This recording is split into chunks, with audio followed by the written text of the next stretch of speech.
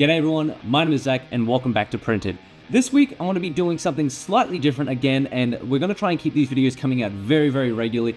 So let me know what you think about the POV cam. It's something new that I'm trying, and if you guys at home enjoy it, make sure to let me know in the comments down below. And while you're there, what are you guys currently speed painting? Or what are you currently army painting? I would love to know. Help me get a little bit of hobby motivation, and if you do also want to do it, tag me on Instagram. I'd love to see your projects that you're currently working on. So without further ado, let's jump straight into today's video. Now I'm going to be trying something a little bit different, and as you can see, we've got a sick little POV. If you guys don't like this, let me know, because I want to try new things and sort of freshen up the channel and kind of challenge myself when it comes to making videos. Like, we want to do this weekly. I want to make sure that we're doing it very nicely. So as you can see, what I'm going to basically be doing is just running you through how I set myself up for success, and initially it is actually going to be an airbrush. Now, don't get too stressed out if you do see an airbrush. As you can see, I'm also going to be running you through kind of the behind the scenes of the channel as well. I have this massive box of miniature projects that are slowly coming up in the woodworks.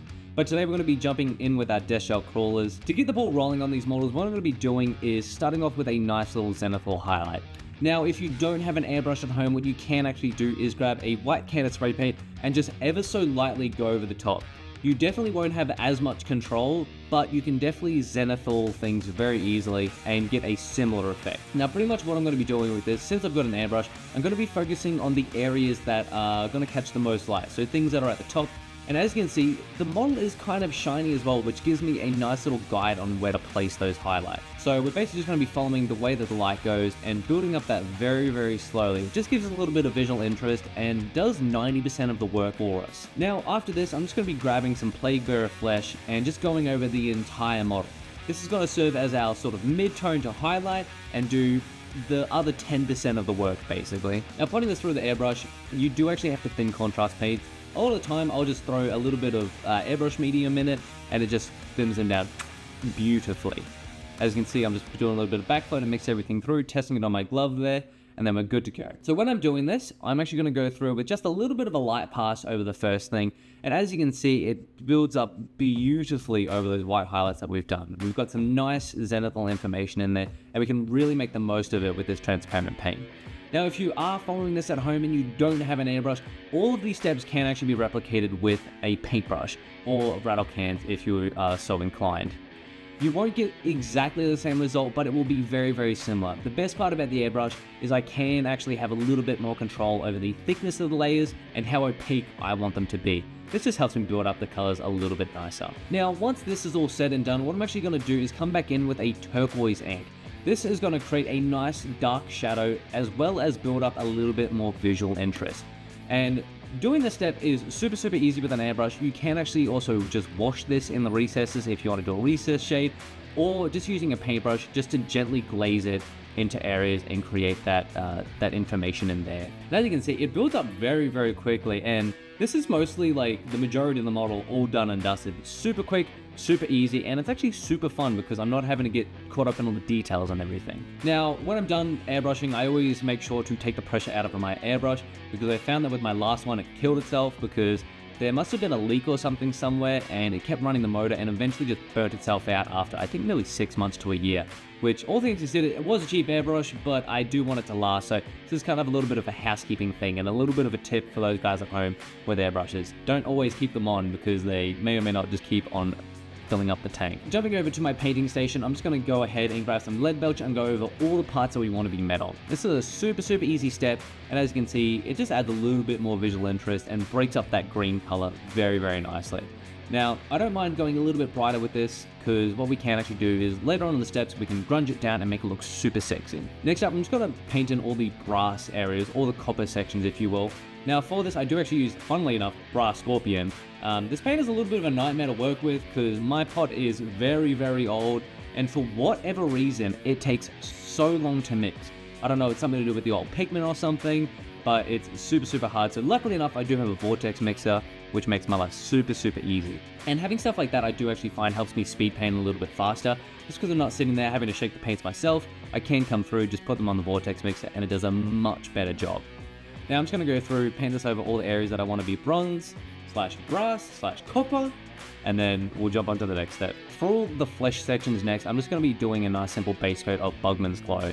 And I actually love this paint solely for the fact that it coats super easily. It's probably one of my favorite skin tone colors, and it's actually really useful for a lot of different things. So I even sometimes when I'm using sort of darker tone skin, I'll actually use it as a highlight because I find that it is the perfect color for building up that depth. But for these guys, I'm just going to go over all the fleshy sections, and then we're going to jump on to the next step, which is highlighting a few things. For any areas that you want to be a slightly different color, I would recommend just grabbing whatever you please. Now, basically everything's going to be highlighted in a similar way, so you don't have to be too fancy with this. But I'm just choosing to do pink tentacles for one of them, I'm doing blue tentacles on the other one, and just keeping it very simple because I don't want to get bogged down in the details. You know, 90% of the model is done with the green and all that going, so we don't want to spend too much time on all the little fiddly details. Now for things like the eyeballs, I'm just going to mix up a little bit of Rackart flesh. I didn't have any on hand, so I just used my classic mix of burnt umber and pale sand, mixing it roughly 50-50 sort of, or even 25-75. 25% burnt umber, 75% pale sand. I find that this makes a perfect Rackart flesh color, and it's so much cheaper than the GW stuff. Now to bring a little bit of depth into this model, what I'm going to do is actually bring in a couple of shades. For all the copper sort of areas, I'm going to be shading them with Reichland Flesh Shade, and also for the skin areas, I'm also going to be doing the same. You could also use a similar color like either Agros Earth Shade, Seraphim Sepia, or kind of any dark tone wash. That would be perfect. For all the other areas, such as the silver metallics and a lot of the tentacles and things, I just shaded those with nuln oils. I don't want to go too fancy with this because we're just going to be highlighting up with some pale sand mixed in with the original base coat. So I just slapped that on all of those areas, and it was super easy to do, very fast. Now, even though I am doing speed painting for this video, I did want to spend a little bit of extra time on the eyes of this model. They're kind of a poignant part of the thing, and I really want to make them pop. So I spent a little bit of extra time just doing the eyeballs and things. So starting out with Mornfang Brown, this is going to be for the iris. You can choose any color that you want. You can make this blue, green, turquoise, black, any color, but I decided to go for brown eyes on my models. So we're just going to put a little bit of a dot in each of the centers of these things, and then move on with some black next to do the pupils. When doing any step like this, I do recommend bracing your hands on the table. It's super easy to do, and make sure, I tend to hold my breath when I'm doing this just because if I'm breathing, I tend to find that my hands are very shaky, so I just kind of take a deep breath in, quickly do the circle, and then breathe out. It's kind of the technique that I've learned over the years, and it works for me, but do whatever helps you. But I would 100% recommend sitting your hands against your table and then bracing yourself like that. It just makes it super stable. Next up, we're going to be doing just a couple little veins throughout the eyes. I did kind of mess this up, but I am still happy with how it turned out. I just grabbed some Evil Sun Scarlet and using a very thin paintbrush, drag it all the way to the out of the iris, and that will create kind of veins and make them look bloodshot. It's a super cool effect, and the more that you practice it, which is definitely something I need to do, the better that you'll get with this. You're not going to be perfect on the first try, so make sure that you don't just give up. Keep on trucking. Last but not least, to finish off these eyes and just kind of seal everything in, I'm going to be going over them with some gloss medium. For this, I'm just going to use Ard Coat from Citadel. It's just literally a gloss medium, so you can literally use anything. Army Painter, even the cheap dollar craft store stuff, that works perfectly fine. And I actually used to use that until I got the GW stuff. Now for this next step, we're basically just going to be highlighting up all the areas that we painted in the alternative colors. As you can see, I've got all the base coats there, and I'm just going to be mixing in some Ashabti bone. You can also use the Screaming Skull, Pale Sand, whatever sort of bone color you have on hand. You could also use a lighter version of each color, but I kind of want to desaturate the highlights on these guys and just make it super easy by only using one paint to highlight. So basically just going to mix it in slowly and then build the highlights up on those areas, which I'll show you now. Last but not least, it's time to attach the weapons. Since these models are made out of resin, I'm just super gluing them into the side. And I did kind of make these in sub-assemblies just because I wanted it to be a little bit easier. But as you can see, I did kind of struggle getting this left-hand side gun in. For whatever reason, it just wasn't fitting perfect. I think it was just a matter of I didn't realize that this had to be on a certain side or a certain model. So I just kind of shoved it in and I hope for the best. Now, next up is going to be one of the funnest steps of any project that I personally find, and that is grinding everything down. Once you've got everything painted up to a standard where you're happy with it, you can also go a little bit lighter so that it gives you a bit more depth and room to kind of dirty everything down. But I'm just going to use some Dirty Down Rust, slap it over all of the metallics. As you can see here, going real heavy with it.